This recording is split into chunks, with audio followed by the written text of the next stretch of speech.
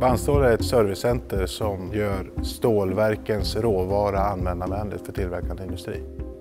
Vi skär de här breda banden till smalare rullar och klipper formatplåt av klippta ark. Levererar både formatplåt och stål på rulle.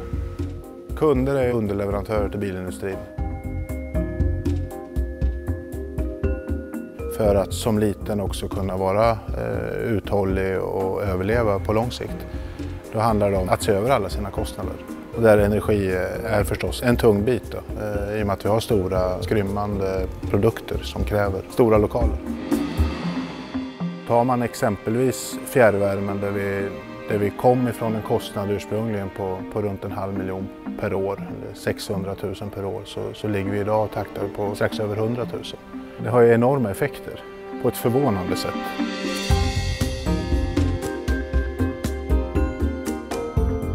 Det vi har sparat absolut mest på det är ju flödesreglerarna i aerotemprarna samt tvåvägsventil istället för treväg. Därmed sänkt flödet ganska rejält i värmeanläggningen. Sen har det ju även varit jättebra alla andra åtgärder vi har gjort som snabbstängande portar. När du kommer i närheten av dem med truck så går de upp och när du precis åkt igenom så stängs de igen. Ingen manuell hantering överhuvudtaget utan allt sköts automatiskt. I några hallar så har vi bytt ut ifrån de gamla armaturerna till nya LED-armaturer. Dels så drar de mindre ström men de tänds på 1 sekund istället för 15 minuter som de gamla lamporna gjorde. Vilket gör att vi kan tända och släcka när vi går ut och in i lokalen. Och därmed sparar vi en hel del ström. Vi har bytt ut fönster till treglas energifönster. Vi har tilläggsisolerat väggar, installerat flödesreglerare i aerotemprarna, installerat takfläktar för att få ner värmen ifrån taket. I så här stora lokaler så går det ganska fort att tjäna in investerade pengar. Eftersom vi gjorde tilläggsisoleringen själv så var det ju ingen personalkostnad och så materialet gick på ungefär 13 000 och det kommer vi tjäna in på en vinter.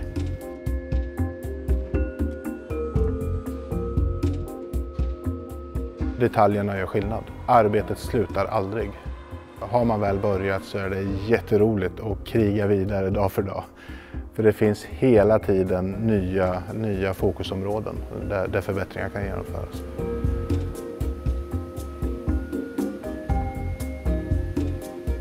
All personal är med på banan och förstår varför. Går firman bra så är det lättare att förhandla om lön till exempel. Och det förstår ju alla. Släcker man lampan hemma när man är klar i ett rum och släcker man lampan på jobbet när man är klar i ett rum. Och det är ganska naturligt för alla som jobbar här.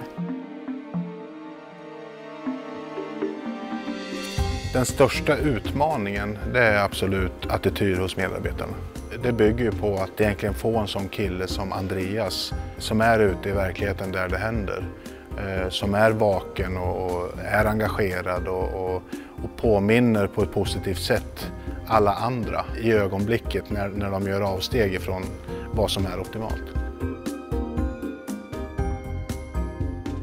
Det jobbigaste har varit att få in rutinen bland personalen som jobbar här.